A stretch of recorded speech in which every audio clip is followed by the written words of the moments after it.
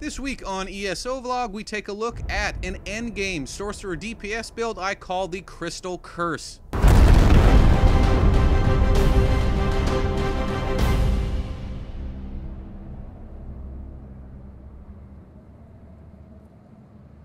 Before we get started, I want to give a nod to Valere. You may remember him by his original name, AU6. I had planned this Crystal Curse build for a long time. However, I came across this post.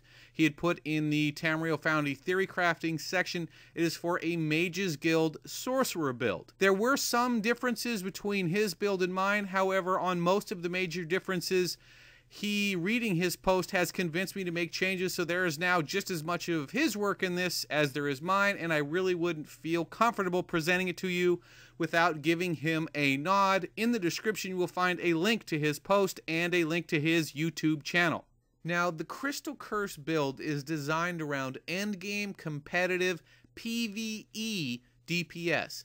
It does not contain the control or defensive elements to be particularly viable for PvP. Also, many of the abilities in this build will not become available until mid-game, so I certainly can't recommend this as a leveling spec until probably around level 30 or so. Now let's take a look at the races. Bretons have become a fashionable choice for casters ever since it was announced their passive Magicka Mastery, which is a spell cost reduction passive, will operate outside the diminishing returns and soft cap system, which is basically a fancy way of saying that they will stack. Now, a lot of people look at the small percentage and they're not impressed, and they say, oh, well, look at that compared to other racials. You have to understand that when dealing with percentages on a one-to-one basis, the mathematics of reduction are disproportionately more powerful than the mathematics of addition, and that's why that number is as low as it is. Think of it this way. You have a base number of 100. If you increase it by 300%, which would basically be you increase it by 300, it goes all the way up to 400. But to get it back down to 100, I only have to use mathematics of reduction by 75%. And that 400 now goes all the way back down to 100. Well, yeah, but you did the math, you did the reduction math later. Okay, fine, let's do it first. You have a base number of 100. I am going to now reduce it by 75%. Okay, it falls all the way down to 25. I now increase it by 300%. Well, 300% of 25 is 75. You're back at 100. So as you can see, the mathematics of reduction are always disproportionately more powerful. So don't discount that just because of the low percentage number. I believe right now at launch it's going to be about 3%. They also have the Gift of Magnus, which is the 10% Magicka increase. Now this will be neutered by the soft cap diminishing returns system, but this build is designed to go over the soft caps, so that still has value to us. And finally, we have spell resistance, which is a really good PvP racial. Now, this build is, as I mentioned before you, endgame PvE DPS. So if you're thinking along those lines, I would probably go Altmer. If you're going to do a significant amount of PvP and you have another build in mind for when you're in Cyrodiil, then certainly Breton wants to be at the top of your list. But mathematically speaking, for single target DPS, which this is built around, you're going to want to go Altmer. So why the Altmer? Well, first there's that mathematical advantage, which is born out of the fact that they have 3 relevant racial passives instead of 2. The first being Spell Charge, which increases Magicka recovery by 9%. Again, this is going to get hit by diminishing returns, but that's fine, still has value with us. There is the Gift of Magnus again, which is the 10% maximum Magicka increase. So that's basically a wash for the exact equivalent of Breton racial. And finally, there is Elemental Talent, which is a blanket percentage increase to damage abilities that use certain Magicka effects, cold, fire, and shock. Now, besides the math, and that advantage isn't as big as what you might think. The other reason I like the Altmer is they've been hit pretty hard by the diminishing return system on their racials. We can assume that within the first 6 months of launch, all of the racials and the soft cap system and the corresponding diminishing returns of the soft cap system are going to be rebalanced and revisited. Now, random nerfs can happen to anybody. We can't predict that. But what we can say is, for now, the Altmer are already hit a little bit harder than the Bretons, and they still have a mathematical advantage in relation to this particular build. Therefore, the worst that we can assume would happen is things stay the same and they still may be a slight advantage.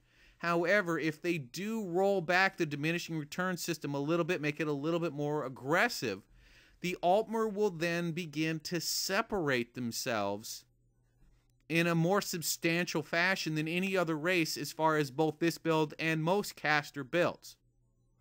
So if you're not really into PvP, or if you're not min-maxing for PvP, that's a better way to put it, I would go Altmer. If you're min-maxing for PvP, we've got the Breton and the Dunmer, but for just pure PvE DPS, nothing can beat the Altmer right now. Now, if you were listening closely, and I know you were, you did hear me say Dunmer. They certainly have a role to play here. Not everybody wants to min-max or get pigeonholed.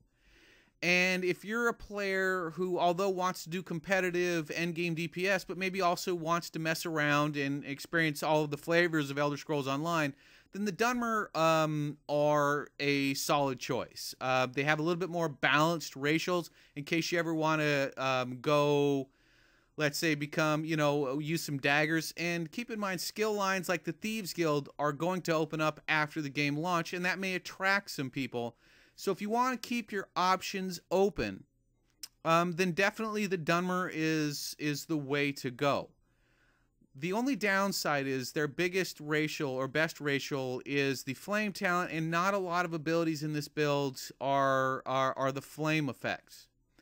And one last thing, there is a reason I chose Breton, Altmer, and Dunmer, is they represent the 3 different factions. So you have viable options in case for whatever reason you might be faction locked, and the skill of the player is probably going to be able to overcome the mathematical differentials at this point, pre-launch, is probably going to be able to overcome the mathematical differentials from the racials. So if you are faction locked, there's really no reason to get all that discouraged about it.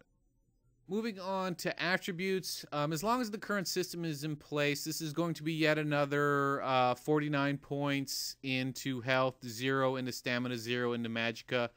If things change after launch, maybe we can play with those numbers, but for now, 49.00, because you can easily reach the caps elsewhere. Your Mundus Stone is going to be the Mage, of course. Your armor, 7 light. That's a no-brainer. Oh, and I want to thank Valar for this. Valar, however he pronounces it. I need to thank him again. He did some good research. To maximize your enchants and your Mundus on the major items, you were going to want to put infused, and on your smaller armor pieces, you were going to want to put divines. Now, setting up our bars, as you may have noticed in bar 1, I am actually using a restoration staff. Previously, in all of my caster builds, I was always wielding a destruction staff, but as someone pointed out a while back, destruction staff passives only work if you're using destruction staff abilities. This build doesn't really use any of them, so the passives were, in essence, useless. However, Restoration Staff has a nice little passive called Circle of Life, which gives us a 1% damage increase for every 10% of our health. So, hey, 10% is better than nothing, right? Now, the beginning of our rotation is very simple. You throw up the Velocious Curse, which is a morph from Daedric Curse that makes it go off in 3.5 seconds. You move on to Crystal Fragments, which is a morph from Crystal Shards. And I believe that particular morph allows it to allows other abilities to proc an instant cast version of that. And the fundamental concept here is that once you get the curse ticking, you simply spam the crystal fragment until the curse goes off. You then reapply, rinse, and repeat. It gets a little trickier when we move to the back end of our rotation. Now, the dance really begins here with spell symmetry, which is probably the most important spell in the rotation. You know, why didn't I call this build Crystal Symmetry? Oh, that's just going to bother me now. Damn it! Alright, anyway, you're going to use spell symmetry to cannibalize your health and refresh your magicka pool. Now, spell symmetry is a morph off of equilibrium. The morph gives it your next attack a percentage-based spell cost reduction. But it is also a Mage's Guild ability, which means it can proc Might of the Guild, which is a 20% spell power increase for your next attack. So what you're going to want to do is use spell symmetry to replenish your mana pool right before a crystal fragment attack, because spell symmetry can also proc one of your crystal fragment instacasts. So it's a percentage-based spell cost reduction, and crystal fragment is your most expensive spell. It can also dramatically increase the damage output if you get the Might of the Guild proc. Now, the thing that you have to understand is, though, obviously in this game there's a lot of splash damage and direct damage, as tanks aren't really expected to hold aggro and everything. So you're going to have to be careful on how to use this. And it also has no direct damage component. Now, a lot of people are going to say, well, if it doesn't, that's a waste of time, a waste of a global cooldown in Warcraft terms.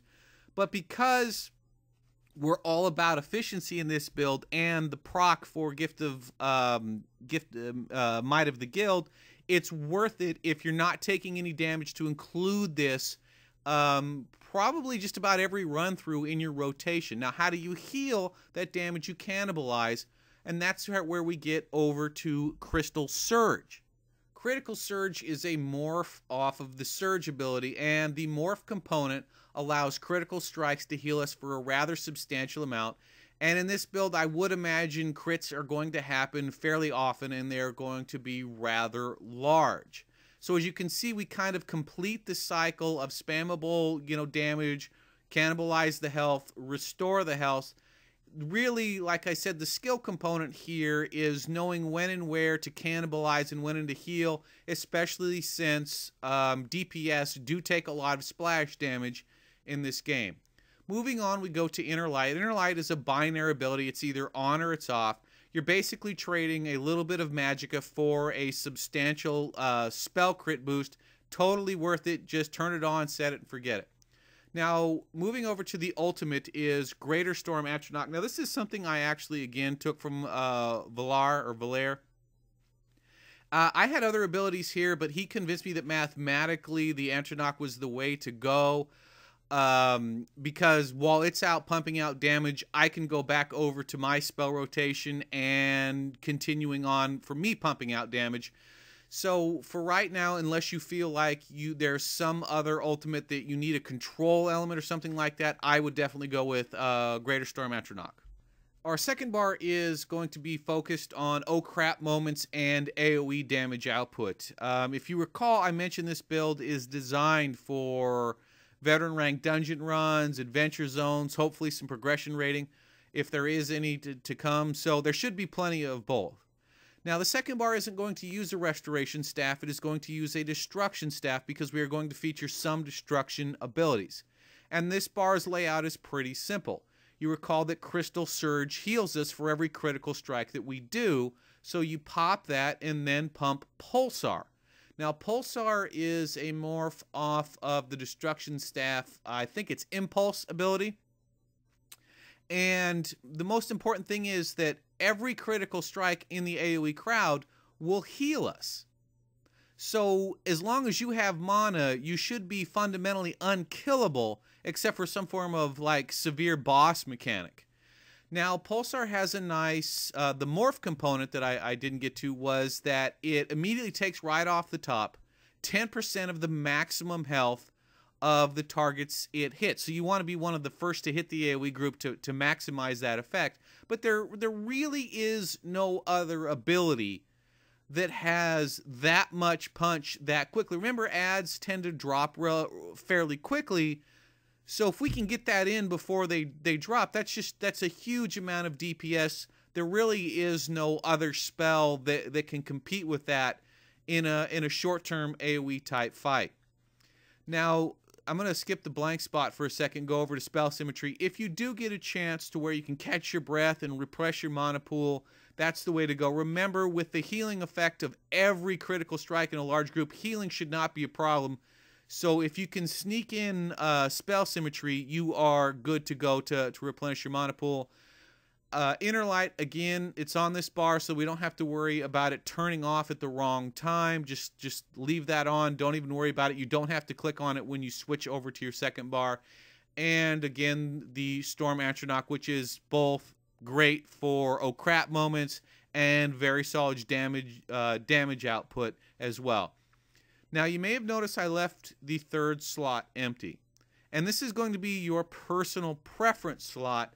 Again, this is for oh crap moments or for AoE, so a lot of people are going to want to maybe put some control effects in there, some AoE stun, snares, whatever.